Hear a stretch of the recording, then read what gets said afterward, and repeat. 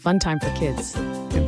एक रात जब चांद पूरी तरह से चमक रहा था, लूसी नाम की एक 10 साल की लड़की अपने घर के पास वाले रेलवे स्टेशन पर खड़ी थी। वह अपनी जादुई यात्रा के लिए तैयार थी, क्योंकि आज रात एक विशेष ट्रेन आनी थी। वह ट्रेन जो केवल चांद की रात में ही दिखती थी। लूसी को पहले ही इस बारे में सुन रखा था और आज रात उसकी ये इच्छा पूरी होने वाली थी। जैसे ही ट्रेन की घंटी बजी, लूसी की आंखों में चमक आ गई।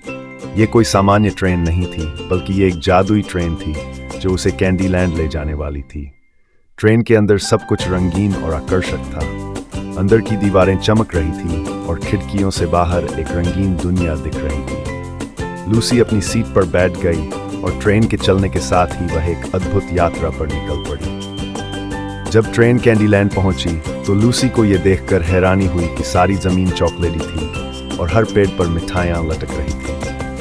हवा में गुलाब के स्वाद की खुशबू बिखरी हुई थी। वह धीरे धीरे ट्रेन से उतरी और अपनी आंखों से ये नया जादुई संसार देखने लगी। उसने पास ही एक टॉफी नाम का बोलता हुआ दोस्त देखा जो उसे कैंडीलैंड के बारे में बताने लगा। टॉफी ने बताया कि कैंडीलैंड को एक खतरनाक शत्रु सॉरी किंग से बचाना होगा, जो सारी मिठाइयां खा जाने की धमकी दे रहा था।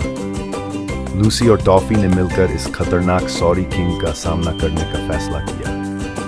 दोनों ने चॉकलेट की नदी के किनारे चलते हुए सॉरी किंग की महल की ओर बढ़ना शुरू किया। रास्ते में कई मजेदार जादुई घटनाएं हुई, लेकिन दोनों ने हार नहीं मानी। अंततः वे किंग को हराने में सफल हुए और कैंडीलैंड को बचा लिया।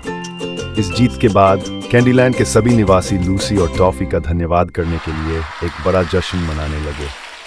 हर जगह मिठाइयां गिर रही थीं और रंग बिरंगे फूल खिल रहे थे।